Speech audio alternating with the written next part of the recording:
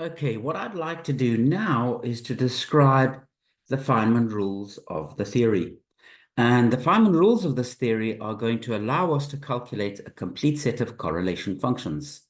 So the first correlators that we could consider is phi to the 2n. And what is this equal to? Well, you should take 2n derivatives of z of j, and then you should set j is equal to 0. And let me just tell you what the answer of doing that is. That is 2n minus 1 semifactorial over alpha to the n. Now, I'm not sure if you've seen the 2n minus 1 semifactorial before, so let's just discuss that. You know, if you had a 2n minus 1 factorial, I think you know what that means.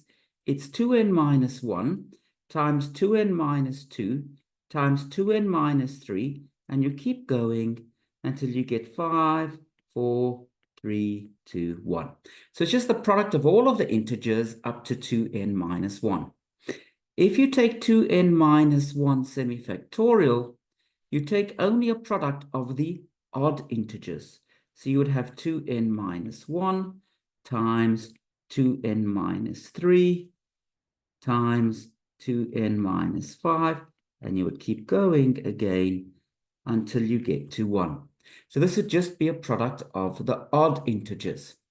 So let's just make this absolutely explicit.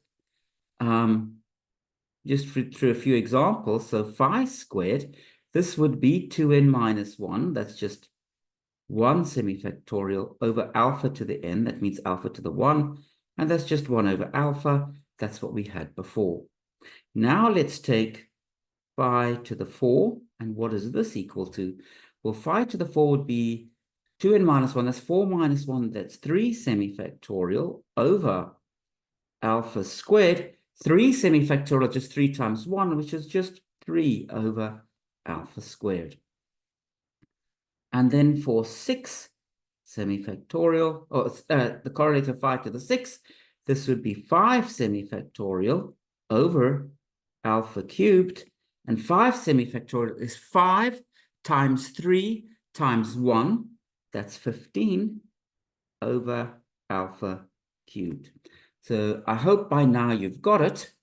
Now, let me tell you what the Feynman rules are. You've seen this before in 3 plus 1 dimensions. So let's just state the Feynman rules now. Feynman rules.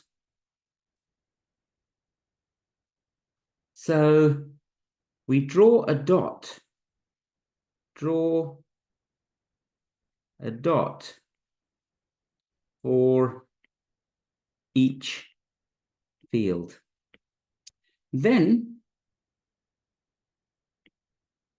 we sum over diagrams that pair the dots in all possible ways.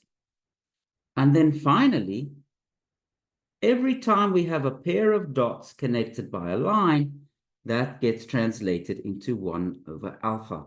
Okay, so these are the Feynman rules. Let's do an example. So if we've got phi squared, well, there's 2 fields, so we need to draw 2 dots. Then we need to pair them in all possible ways. Well, there's only one way to pair it, which is that. And then we translate it, and we just get 1 over alpha. So phi squared is 1 over alpha. Yep, that's exactly what we had above. Let's do another possibility. Let's take phi to the 4. What should we do now? Well, now we should draw 4 dots. So we're going to keep drawing 4 dots, and we should pair them. Well, what are the different ways of pairing? Okay, so I could first pair the first dot with that dot over there, but there's another thing I could do. I could pair the first dot with the dot below it. But there's a third thing that I could do. I could pair the first dot diagonally with the dot across from it. Then if I want to complete these diagrams, well, there's only one way to complete the first diagram.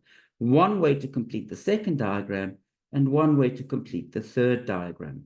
So if I translate this into a mathematical expression, each of these has got 2 dots paired. So this means 1 over alpha squared, and there's a total of 3 diagrams. So we just get 3 over alpha squared, and that's exactly what we had above, okay? So now let's see, is there a slightly cleverer way that we can draw this instead of drawing so many diagrams? Okay, so let's start off, let's say, count the number of ways to pair the first dot with something. Okay, so now let's draw the first dot in red, just to make the point clear. And then there's another 3 dots. There we are, there, there, there. Well, that first red dot has to connect to one of the black dots. To which black dot should it connect? Well, it really doesn't matter. But we know that the first pairing that we do, there's 3 ways to do it. So I'm going to write a 3 here. We know that these all end up giving the same contribution, but there's 3 ways to draw that first line. I could have drawn it as I've shown. I could have drawn it going to the side, or I could have drawn it going diagonally down. And then there's a unique way to complete the diagram. That's all I can do. So I'll end up getting 3 over alpha squared. Okay, so let's think about the slightly smarter way of counting the diagrams, and we'll look at 5 to the 6. So we've got 1, 2, 3, 4, 5, 6 dots. Now, let's count the number of ways to make the first pairing. So how many ways can we connect that red dot to the others? Okay. And actually, let's write down the number in red. Well, I could connect it to any one of 5 dots. So there's 5 ways to do the first pairing. I'm just going to choose one, okay? So let's say maybe I choose that one, which is fine. Next, pick the next dot. Perhaps we pick this dot sitting over here, okay? How many ways to pair that green dot to the remainings? Well, there is a total of 4 dots that we could connect to. It doesn't matter which one, but we can connect to any one. Oh, sorry, of 3. There's 3 black dots remaining. I could have connected to any of them. So that's times by 3. And then finally, if I look at, let me now look at maybe this dot over here. I say, how many ways is there to pair that dot? Well, how many ways is there to pair that dot? Well, there's just a single way to pair that dot. So in the end, what we get for this is 15 over alpha cubed, okay? And what you can see is what this 15 is counting, it's the number of pairs we can make out of 6 dots.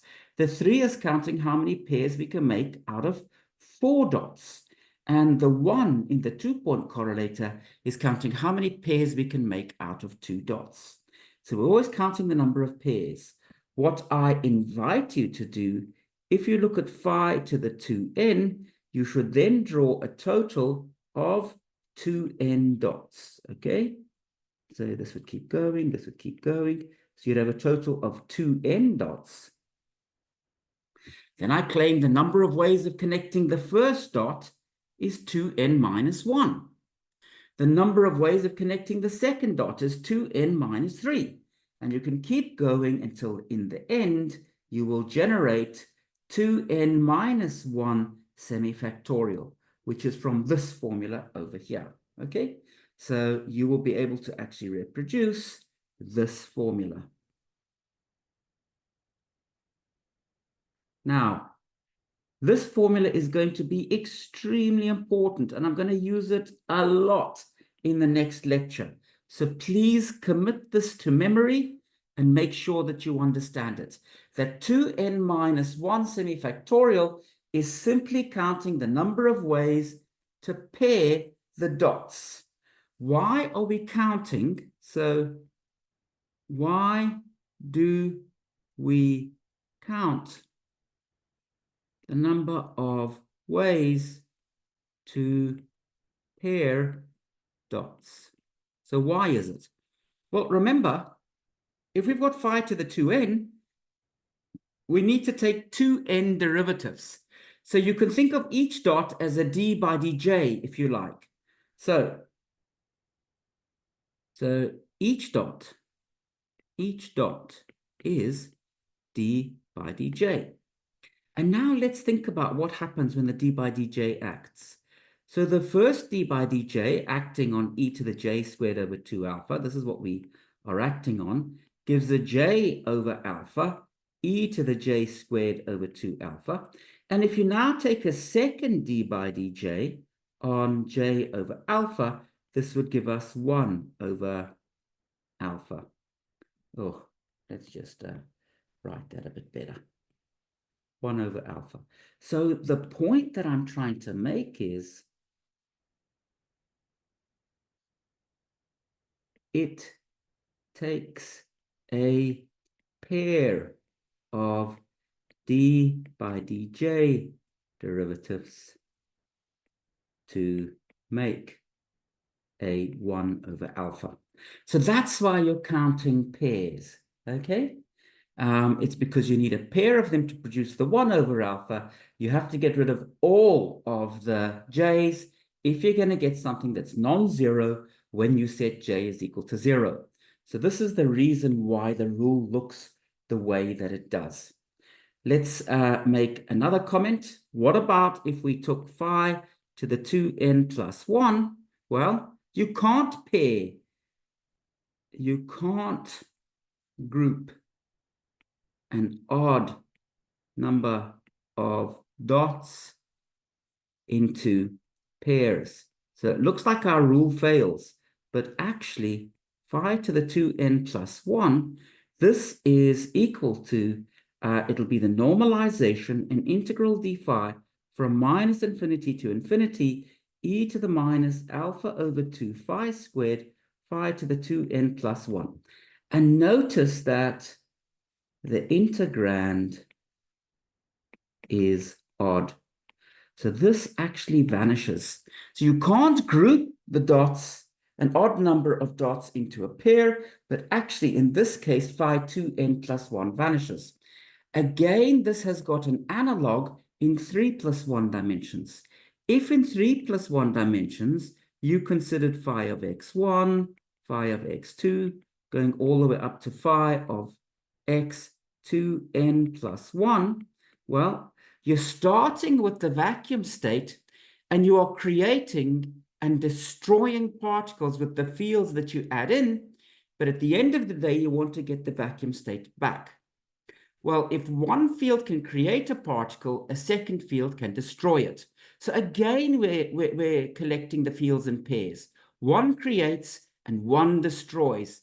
If you've got an odd number of pairs, you could create, say, n particles, but then you're going to try to destroy 2n plus 1 particles, and you're not going to be able to do it. Or you could try to create n plus 1 particles, but then at most you can destroy n of them. So this is also always going to vanish. And here you again have it in pairs, you again pair fields, and that's because one creates and one destroys, and everything that is created must be destroyed if you're going to get back a vacuum state, which will again have a non-zero overlap with Bra vacuum. So even in 3 plus 1 dimensions, this pairing is really quite manifest. Good. Okay, so that's our discussion of the free field theory in naught dimensions. I hope you've now got some intuition about field theories in naught dimensions. All I want to do now is to discuss the exercises, and then we'll move on to deriving Feynman rules for interacting quantum field theory in naught dimensions.